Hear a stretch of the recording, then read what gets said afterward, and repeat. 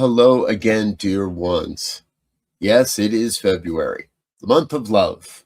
Valentine's Day, all things with hearts, lots of red decorations. Here in Colorado, a chilly wind is blowing. And I want to begin today by naming something that we're all living inside of right now, that chilly wind. See, the world feels unsettled, not just externally, politically, or socially, but internally.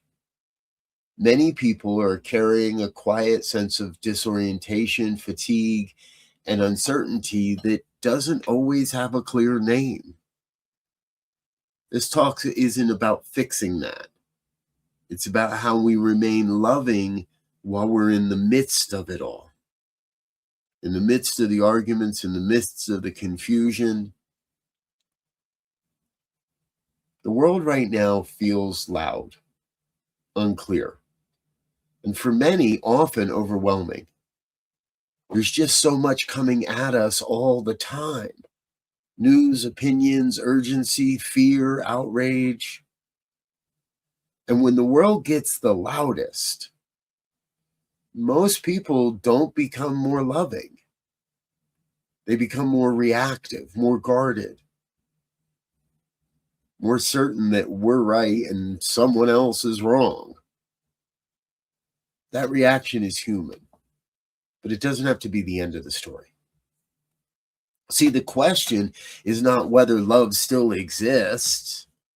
Love hasn't disappeared. Spirit hasn't withdrawn itself. The presence we call God hasn't gone silent. What has changed is how easy it is to stay connected to love when things feel unstable. See, the question is whether we can remain loving when things feel unstable. Can we stay open when certainty is gone? Can we stay grounded when we feel misunderstood? Can we stay connected when it would be easier to harden or pull away? Do we throw out a barb to that Facebook conversation? Or do we recognize that everybody in the argument is doing the best they know? They just might not know how to love. I think this is the spiritual work of this moment, of this time in history, to love and be loved. You've heard me speak before of my visioning practice. And in that visioning practice, I ask the question, what is my soul's purpose? And it's been a few years now that a phrase floated into that my answer, my consciousness, my awareness for that question. And the answer is to love and be loved. Think about that. When I ask the divine, what is my soul's purpose? What I receive is the reminder to love and be loved. I invite you to use that question in your own practice. What is my soul's purpose?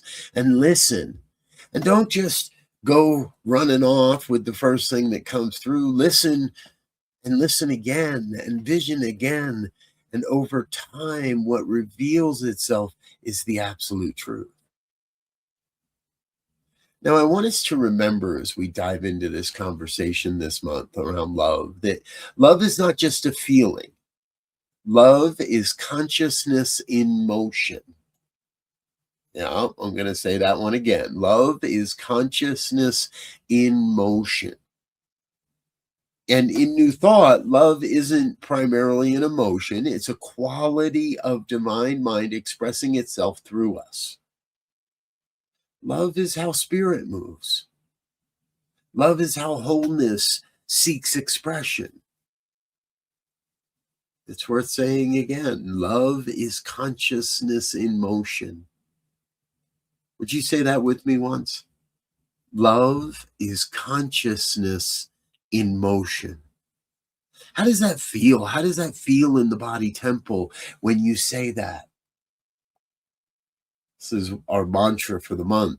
Love is consciousness in motion. And as I have invited you over the years now, how do we bring our consciousness to bear in the events of this day, in the events of what's going on in the world? Now, I want us to remind us, and I want us to remember that spirit is always moving toward expression through our relationships or as our relationships. Spirit doesn't evolve in isolation. Human consciousness isn't evolving in a self-contained bubble.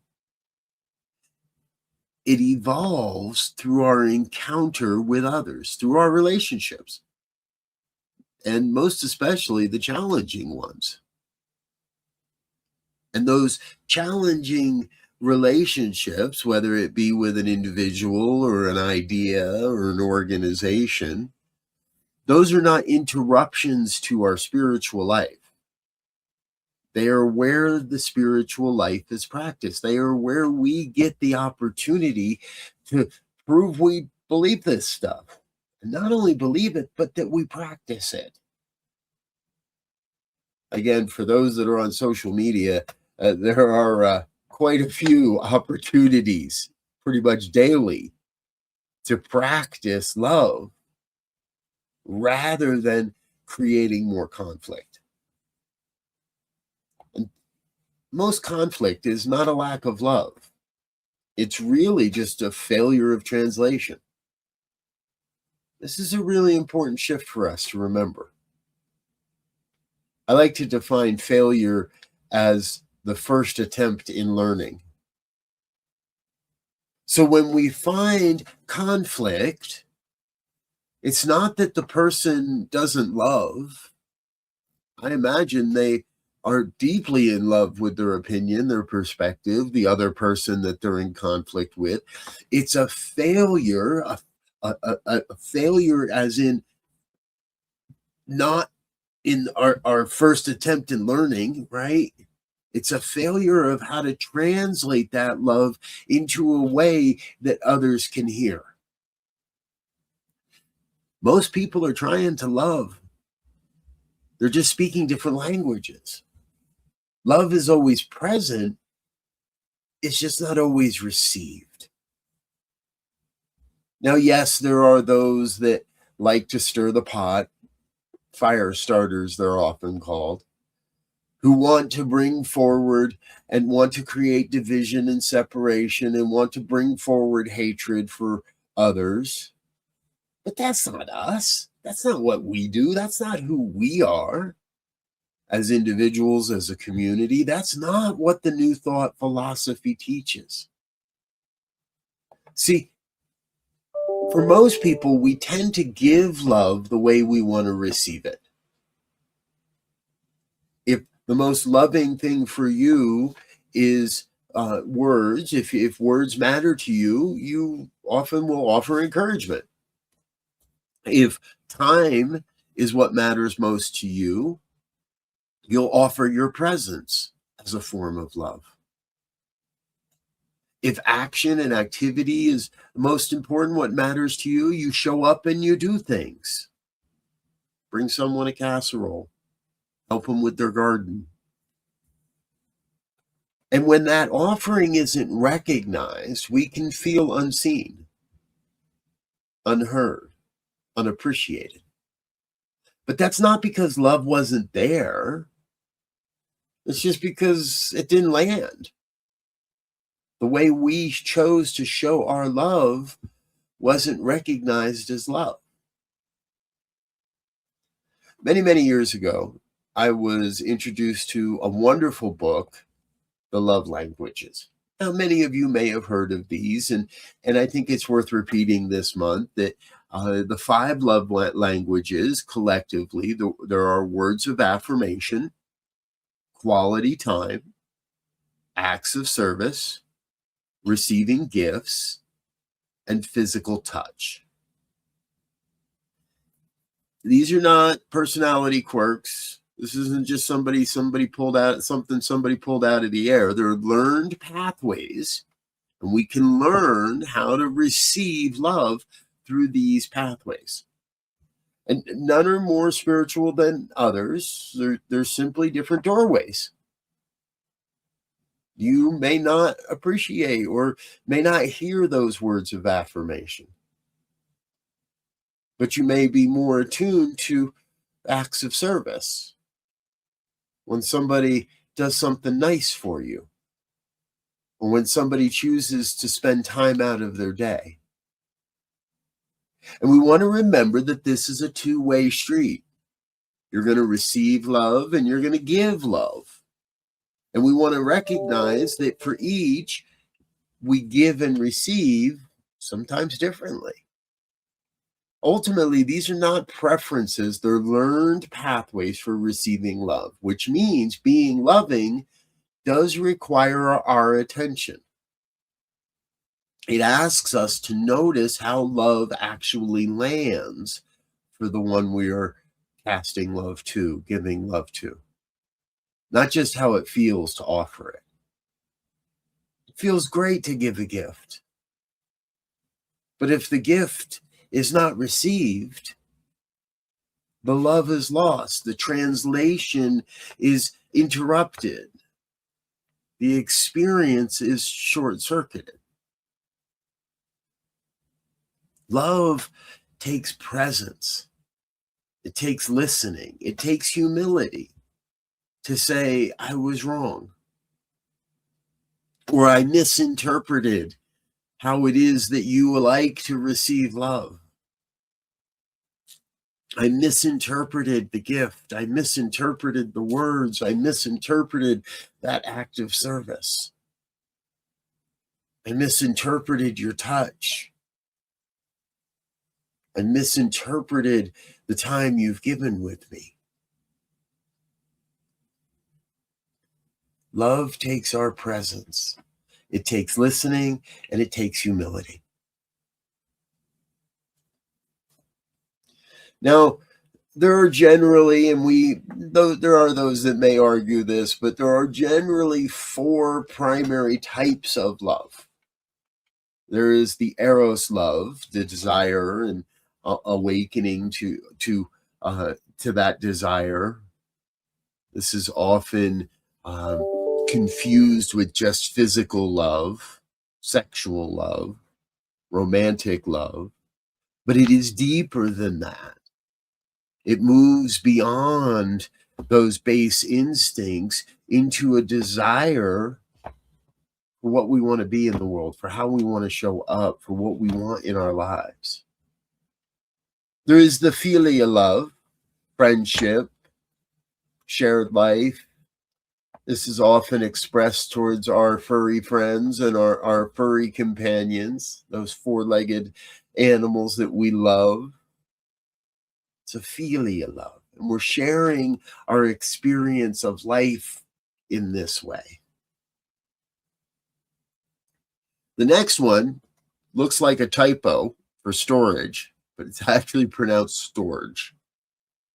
And storage is that kinship, that sense of belonging. This is a little more than, it's a tighter or a more intimate experience than friendship. It's that family.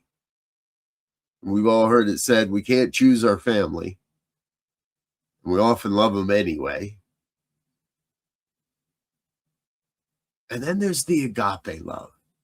Now, this is the one we talk most about here in New Thought, in the Science of Mind and religious science centers across the country. We've even got churches named after this. The Agape International Spiritual Center. There's an Agape Center for Spiritual Living in Texas. Agape love is that truly unconditional, universal love. For many, this is the most difficult form of love to express. To say, I will love you even in the face of your hatred, even in the face of what I perceive as your shortcomings, even when I don't understand you or do understand you and don't like what I understand. We could go on a side tangent about politics right now, right? Agape love calls us to love no matter what. No matter what. Even if you didn't take out the garbage this week, even if you forgot to do the dishes last night, even if the lawn is left unmowed. Well, I guess it's February. I should talk about shoveling snow, right? Even if you didn't shovel your sidewalk. In our neighborhood, and here in Colorado and throughout almost all of Colorado, most cities have some sort of city regulation that if it snows more than an inch, you have to shovel your sidewalks within 24 hours, or you could receive a ticket. You could receive a citation for that. And in our neighborhood, when we walk the dogs, there is one home, and they shovel the front of their sidewalk, but they don't shovel the side. They live on a corner lot, so they have twice as much sidewalk as most people.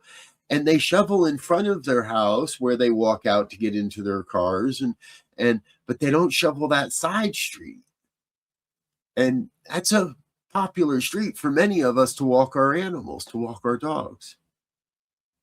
And there is that human nature that wants to go up and knock on their door and say, why don't you shovel your walk? Don't you know you're supposed to shovel your walk? Or to call the city and say, hey, these people don't shovel their walk. It's dangerous. I might slip. And agape love calls us to say, I'm going to let go of the judgment. And I'm going to love anyway. These aren't competing types of love. They're expressions of love at different depths of consciousness. Different depths of consciousness. So agape love is love without transaction. Love is a state of being. Agape doesn't ask us, what do I get out of this? It doesn't say, how do I make them wrong? Agape love asks, how does love want to move through me right now? Ask yourself that. How does love want to move through you right now in relationship to a romantic partner, in relationship to your family, in relationship to our politicians and our civic leaders? How does love want to move through you right now? See, this is the type of love that stays present even when it isn't rewarded. This is love that doesn't collapse into resentment. This is love that holds the wholeness of life, the oneness of our lives. Mature love does not abandon preference. It releases attachment to being met. Now, this is rather subtle and incredibly powerful, because I believe agape love is that more mature form of love, the most mature form of love. Mature love, agape love, still knows what it needs. I need to be safe as I walk along the sidewalk. But it no longer insists that others meet that need in any specific way. So maybe I step off the sidewalk and walk along the street. Maybe I circle back around and take a shovel with me on a walk and shovel that sidewalk for them one day. This, to me, this is true spiritual freedom. Agape love is true spiritual liberation. It's not erasing the self. It's not saying that my needs aren't important. It's not saying that my safety isn't important. It's simply saying that there may be another way. We talk a lot here about creating beloved community. And I want us to look at that in the light of agape love, because beloved community is not sameness. Not everybody thinking all the same thoughts. It's not everybody doing all the same things. It's practicing and understanding across our differences. Beloved community doesn't mean agreement. It means we remain human with one another. In the beloved community, we choose curiosity over certainty. In a beloved community, we choose presence over performance. And we choose relationship over righteousness. Are you with me? We choose our presence more than we choose our performance. We choose to be present with what is, with who is. And we choose to be in relationship with each other more than just being right and more than making someone else wrong. So before I dive into a prayer here this morning, I have a question for you. How will love learn to speak through you? This isn't a question to answer quickly. It's a question to live with.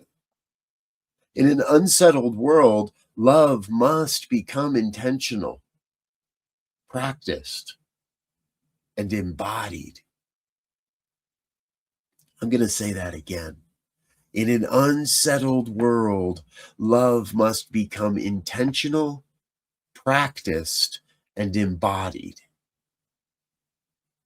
So my wish for you,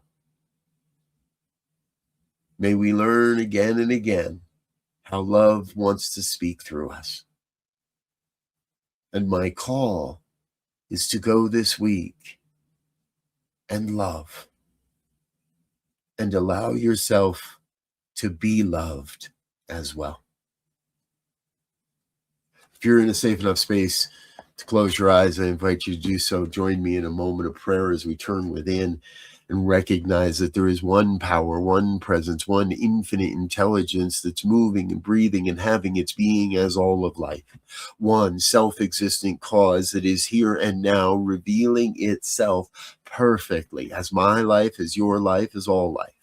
That oneness is bringing itself into form through our experience, through how we choose to show up.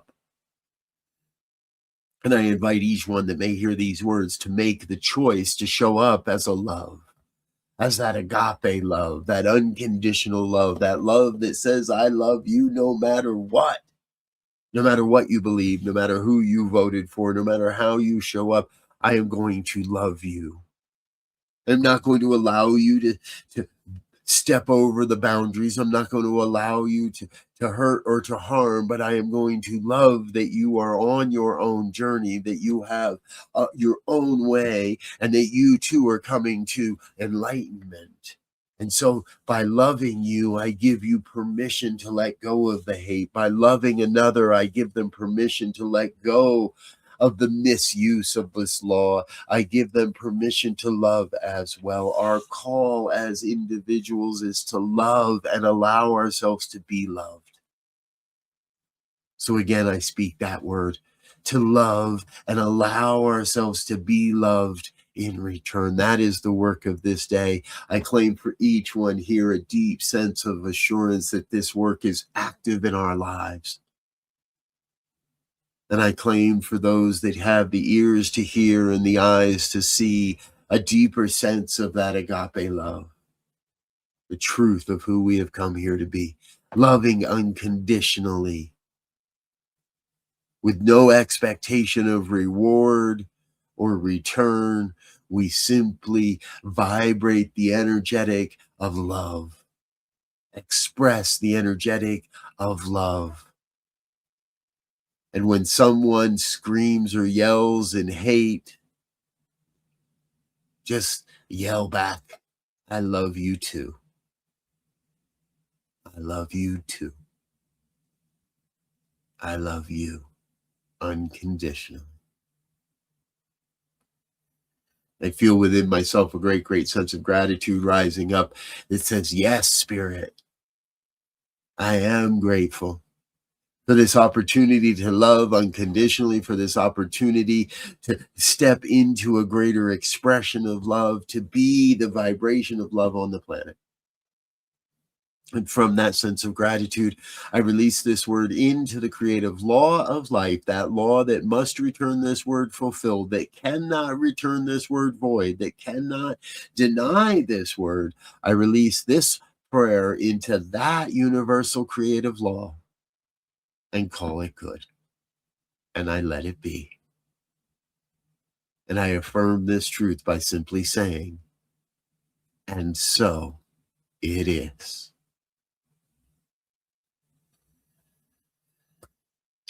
And so, and so, and so it is. Thank you, dear ones. Thank you so much for being with us today.